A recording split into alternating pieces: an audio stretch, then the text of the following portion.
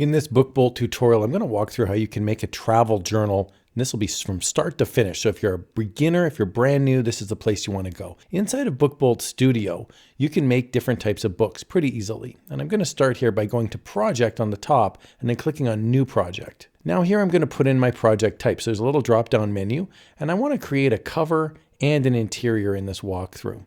Down at the bottom, I can select my page count. I'm going to leave it at 100 pages. So that's the size of your book. Then there's also your trim size. So this is the size of your book on how big the cover and how big the pages themselves will be. I typically go with a 6x9, but you could make it even larger, 8.5 by 11, for example. So let's do a 6x9 book, and let's make it 100 pages. And let's have a black and white interior with white paper. And I'm going to call this my Italy Travel Journal. And now I'll click Create Project. So what that's going to give me now is two types of files. The first one is the cover at the top, and you'll see it's a landscape with a front book cover and a back book cover. And I want to fill that in eventually, but I'm going to do the interior of the book first. So here I've got on the left-hand side 100 blank pages. I can scroll right down and we can see it goes all the way up to 100, and there's nothing on any individual page. If I go back to the beginning and I click on page 1, for example, you'll see it's just a blank page. So I want to fill these pages with something. So I'm going to click on this little puzzle piece right here, and this will open up the page templates. When I click on that, I'll see many different templates that come up.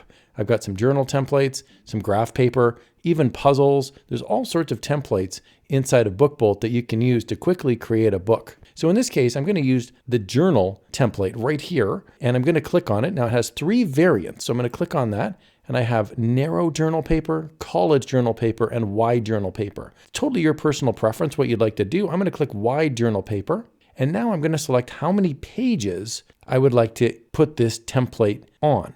And I want to use all pages except for the cover. So I'm simply going to select all. That'll select all 101 pages. And then I'm going to hold down the Shift key and I'm going to select the cover, which unselects it. So now I have all 100 pages selected. And now I'll click Continue to Options. From here, I can select the space between the lines, the line width, and even the line color. I'm going to change the line color to black instead of gray. So I'm just going to select this here, go down to the bottom and select OK. So I've quickly changed the line color, and the top line color you could make a different color as well if you wanted. I'm just going to leave it at black. And now I will click Submit. So now BookBolt has inserted the template into all 100 interior pages. If I click on page 8, for example, you'll see it's identical to page 9.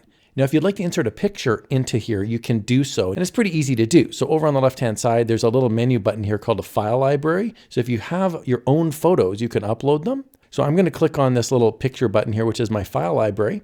That has all the different photos that I've uploaded over the years, but I can also go to Pixabay or Unsplash. And these are public domain photos that I can use even for commercial purposes. So on Pixabay, for example, I'm going to type in Rome, and then I'll hit the search button over on the right. We can see there's a whole bunch of different pictures.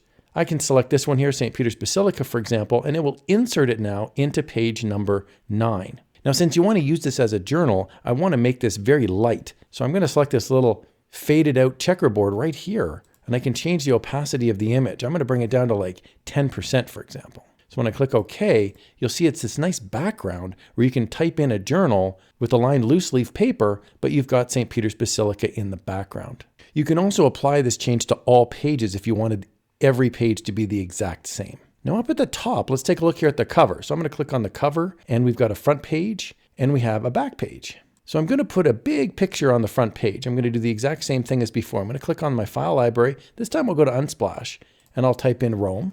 And I'm going to look for a picture that is portrait. This is a great one here of the Colosseum. And the reason I like this is because now we can put our book title right at the top. So it's a perfect fit. I'm going to now insert some text. So on the left-hand side, I'm going to click the T button, which is the text button. And now I can insert my heading. So I'm going to click Add Heading. There it is right there. I can then move this menu item over so I can work on the full screen. And here I'm going to type in Italy Travel Journal.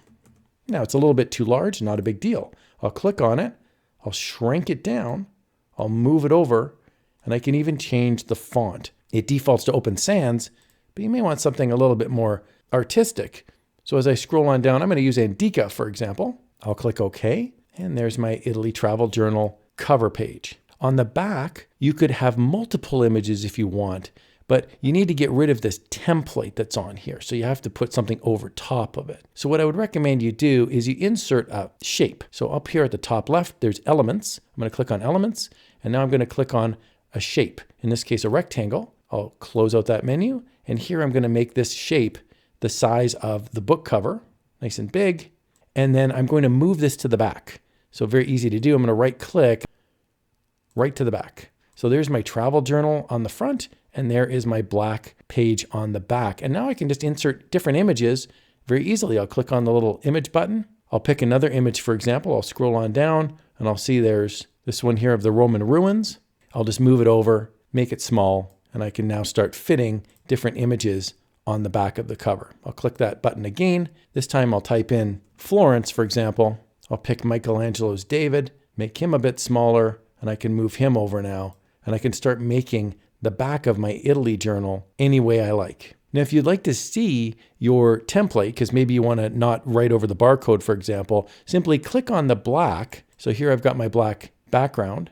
And I'm going to go up here to the little checkerboard, and I can change my opacity so I can see what's going on underneath it. So I'll leave it at about 50%, for example. And now I can fill in my different pieces of the back cover. I could add some text in if I want, or some pictures, without going over where the Amazon's going to put the barcode right there. Okay, I've added in a few more pictures, and I'm happy with the way this looks overall.